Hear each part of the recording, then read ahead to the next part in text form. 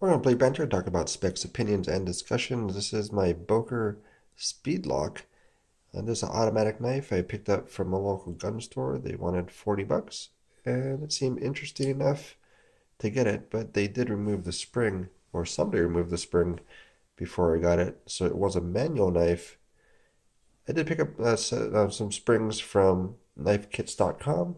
They're about $2 a piece, and then, well, plus shipping.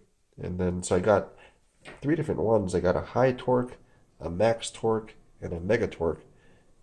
I started with the lowest one is the high torque, and I went to the max torque, and then I tried to install the mega torque, and the mega torque that was a bear to try to install. I got to the point where I actually put the spring in there, and the pivot wasn't really sticking in there, so I ended up just putting that aside. I just was like, I'm just going to stick to the max torque. And the max torque itself, I mean, that's my first automatic. I don't really know if that's actually going to be better or worse than some of the other deployments. I mean, it kicks hard, but I mean, it's an automatic knife. Interesting experience with it. No affiliation with these folks. They sent me some stickers. That's where I got the springs from. So I'm putting their sticker in here. So knifekits.com. Check them out. But the springs that are actually for the knife are these little springs. So I don't know if I installed it correctly, but it seemed like inside the knife there's a little notch for it, and then the blade goes into this little tang here. But it seems like it's supposed, like the original one that probably was for the knife, probably had this little post on this side, so you could actually rock it in there.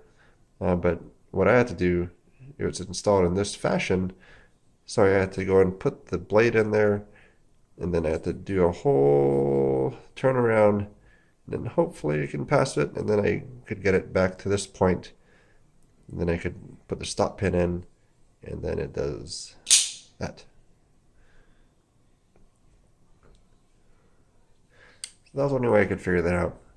But some of the things, if it didn't have these inserts in it, there's like a Tuya burl inserts. So they're very, very pretty inserts. So if you can see those.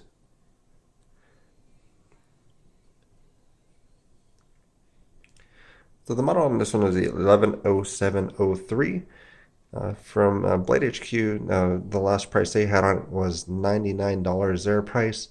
I did find it on one other site for I think $75 as far as the current going rate for it. So it's really chunky. I mean, it is aluminum. It probably needs to be this thick for the sheer pressure that automatic causes. So I don't know what the original weight of it was for how hard it kicked, but I mean that kicks pretty hard. So for the knife itself it's about 3.375 inches for the blade, and then for the handle length is going to be 4.7 or 4.5, and then the weight on it for being aluminum, it should be about 3.5 ounces.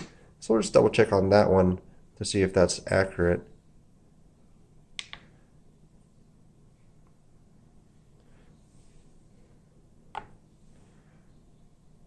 So, no, it's not.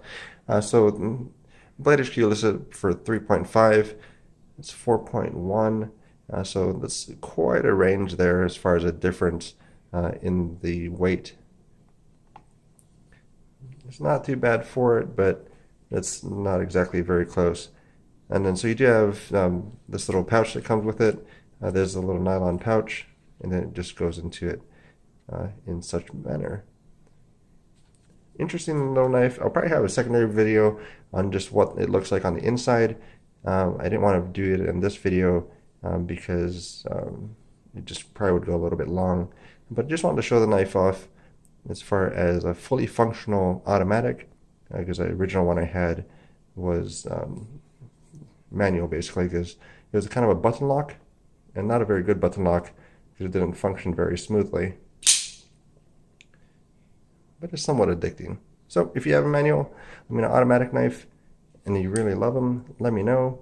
Let me know also if there's any parts I'm missing, because there's no space, no washers or anything in here.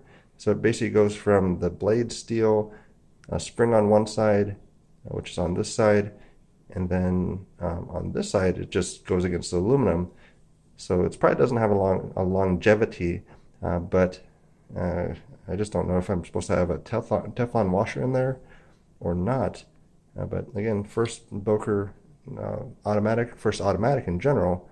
But let me know what you think about it, and if you like how those inserts look.